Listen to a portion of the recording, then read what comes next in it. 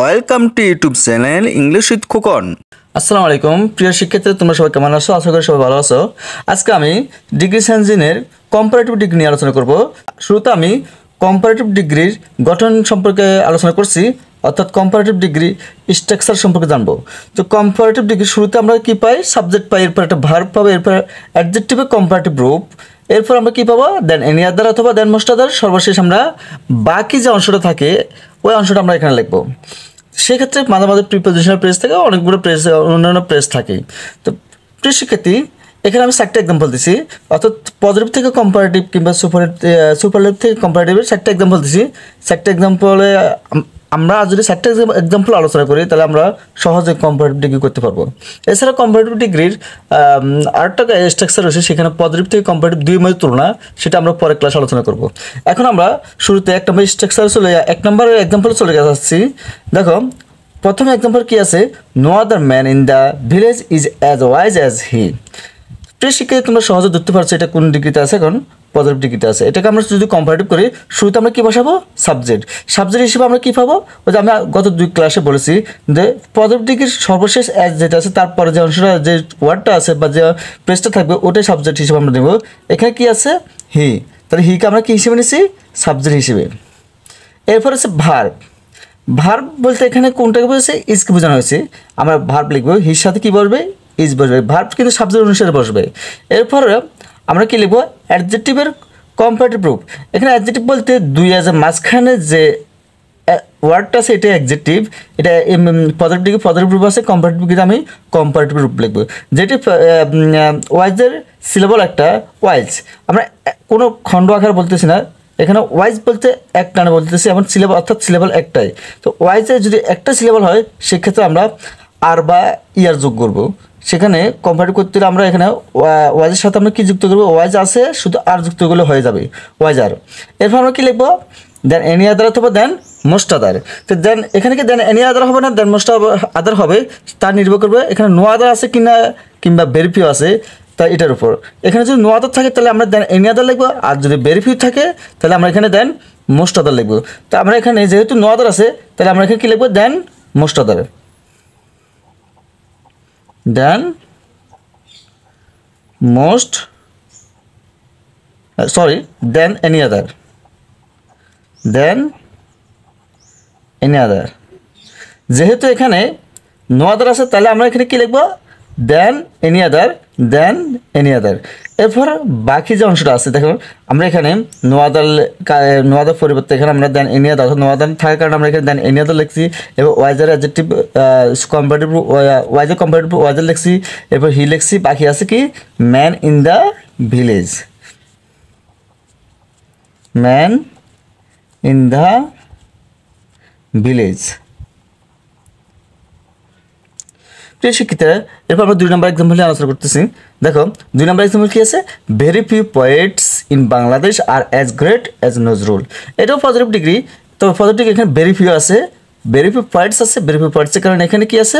Verb plural আছে, এই জিনিসটা একটু ফলো করতে হবে। আর অ্যাডজেক্টিভ আছে গ্রেট, আর সাবজেক্ট আছে কি? নজরুল। তো আমরা শুরুতে কী লিখবো? যেহেতু সাবজেক্ট কম্পারেটিভ শুরুতে কী বসে? সাবজেক্ট। সাবজেক্ট এখানে কী আছে? নজরুল। এরপর কি লিখবো? ভার্ব। ভার্ব এখানে আর আছে, যেহেতু ভেরি ফিউ পোয়েটস এখানে প্লুরাল যার কারণে এখানে আর বসছে, কিন্তু নজরুল তো সিঙ্গুলার যার কারণে এখানে কী হবে? ইজ হবে। যে তাছাড়া এটা প্রেজেন্ট টেন্স। এরপরে অ্যাডজেক্টিভের কম্পারেটিভ, এরপরে হবে কি? ভার্বের পরে হবে অ্যাডজেক্টিভ কম্পারেটিভ। এখানে অ্যাডজেক্টিভ বলতে গ্রেটের তাও সিলেবল একটা যার কারণে ইয়ার যুক্ত হবে, GREATER, গ্রেটার। এরপর হবে কি? দেন এনি আদার অথবা দেন মোস্ট আদার। যেহেতু এখানে ভেরি ফিউ আছে তাহলে আমি এখানে কী লিখবো? দেন মোস্ট আদার। যদি নো আদার থাকে তাহলে কী হবে? Then any other. Are very few থাকলে হবে দেন মোস্ট আদার। প্রিয় শিক্ষিতরা, এরপর আমি কী লিখবো? বাকি যে অংশটা আছে ওটাই লিখবো। তো এখানে আমি বাকি কী আছে? পোয়েটস ইন বাংলাদেশ,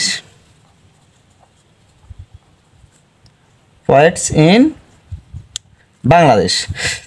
প্রিয় শিক্ষার্থী, 3 নম্বর এক্সাম্পল আলোচনা করতেছি। দেখো 3 নম্বর এক্সাম্পল হচ্ছে Mamun was the cleverest boy in the class.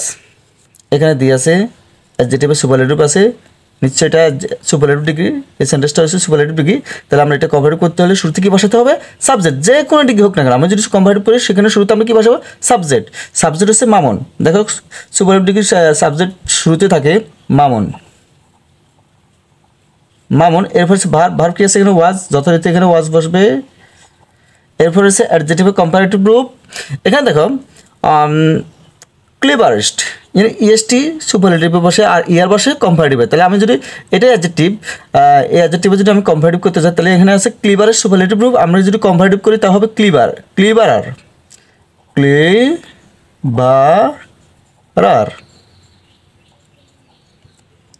সর্বশেষ এরপর আমরা কি বসাবো? দেন এনি আদার অথবা দেন মোস্ট আদার। যেহেতু এখানে দিয়ে আছে, দিয়ে থাকলে হবে দেন এনি আদার, আর ওয়ান অফ দ্য থাকলে হবে দেন মোস্ট আদার। তা যেহেতু এখানে দিয়ে আছে তাহলে আমরা এখানে কি লিখবো? দেন এনি আদার। এরপরে কি লিখবো? বাকি যে অংশটা আছে, বাকি কি আছে? বয় in the class, boy in the class. প্রিয় শিক্ষার্থীরা, সর্বশেষ আমরা আলোচনা করবো 4 নম্বর এক্সাম্পল নিয়ে। 4 নম্বর এক্সাম্পল কি আছে? Dhaka is one of the oldest cities in Bangladesh. প্রিয় শিক্ষার্থীরা দেখো, এটা কিন্তু এখানে দেখেন ওয়ান অফ দ্য আছে, অর্থাৎ দিয়ে আছে। এরপর ওল্ডেস্ট ইএসটি আছে, এটা সুপারলেটিভ ডিগ্রি, অর্থাৎ সেন্টেন্সটা সুপারলেটিভ ডিগ্রি। তো আমরা শুরুতে এটা যদি কম্পারেটিভ করতে হয় তো শুরুতে আমরা কি বসাবো? সাবজেক্ট। সাবজেক্ট কি আছে? ঢাকা। এরপর ভার্ব ইজ, এরপর হচ্ছে adjective comparative, adjective comparative oldest comparative হচ্ছে ওল্ডার। এরপর আমরা লিখবো দেন এনি আদার, দেন মোস্ট আদার। যেহেতু এখানে ওয়ান অফ দ্য আছে, ওয়ান অফ দ্য ভাই হয়েছে দেন কে? Any other. আর শুধু দীর ভাই হয়েছে দেন, ওয়ান অফ দ্য ভাই হচ্ছে দেন মোস্ট আদার, আর শুধু দীর ভাই হয়েছে দেন এনি আদার। তা যেহেতু এখানে ওয়ান অফ দ্য আছে তো ওয়ান অফ দ্য আছে, যেহেতু ওয়ান অফ দ্য আছে তো ওয়ান অফ দ্য আসুন আমরা কাকে বসাবো? তার ভাইকে দেন মোস্ট আদার। যদি দিয়ে হতো তাহলে তার আসনে আমি দেন এনি আদার লিখতে, তার আসনে আমি দেন এনি আদার বসাইতাম। এখন যেহেতু ওয়ান অফ দ্য আছে তাহলে ওয়ান অফ দ্য আসনে আমি কাকে বসাবো? দেন মোস্ট আদার। এরপর যে বাকি যে অংশটা আছে বাকি অংশ কি আছে? Cities in Bangladesh. Cities in Bangladesh. প্রিয় শিক্ষার্থী দেখো, যদি মোস্ট থাকে অর্থাৎ যদি ওয়ান অফ দ্য থাকে সেক্ষেত্রে এখানে নামটা কি থাকবে? সিটিজ, অর্থাৎ প্লুরাল থাকবে। তদ্রূপ যার মোস্ট অফ থাকলেও সেখানে নামটা কী থাকবে? প্লুরাল। অর্থাৎ এর প্লুরাল ভাবে রেখেছে।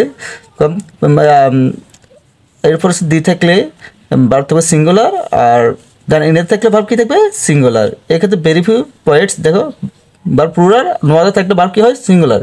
এগুলো মনে রাখতে হবে। তো আজকে পর্যন্ত শিক্ষার্থীরা, আগামী ক্লাসে আমরা কম্পারেটিভ এবং পজিটিভ দুই তুলনা নিয়ে আলোচনা করব। ধন্যবাদ সবাইকে।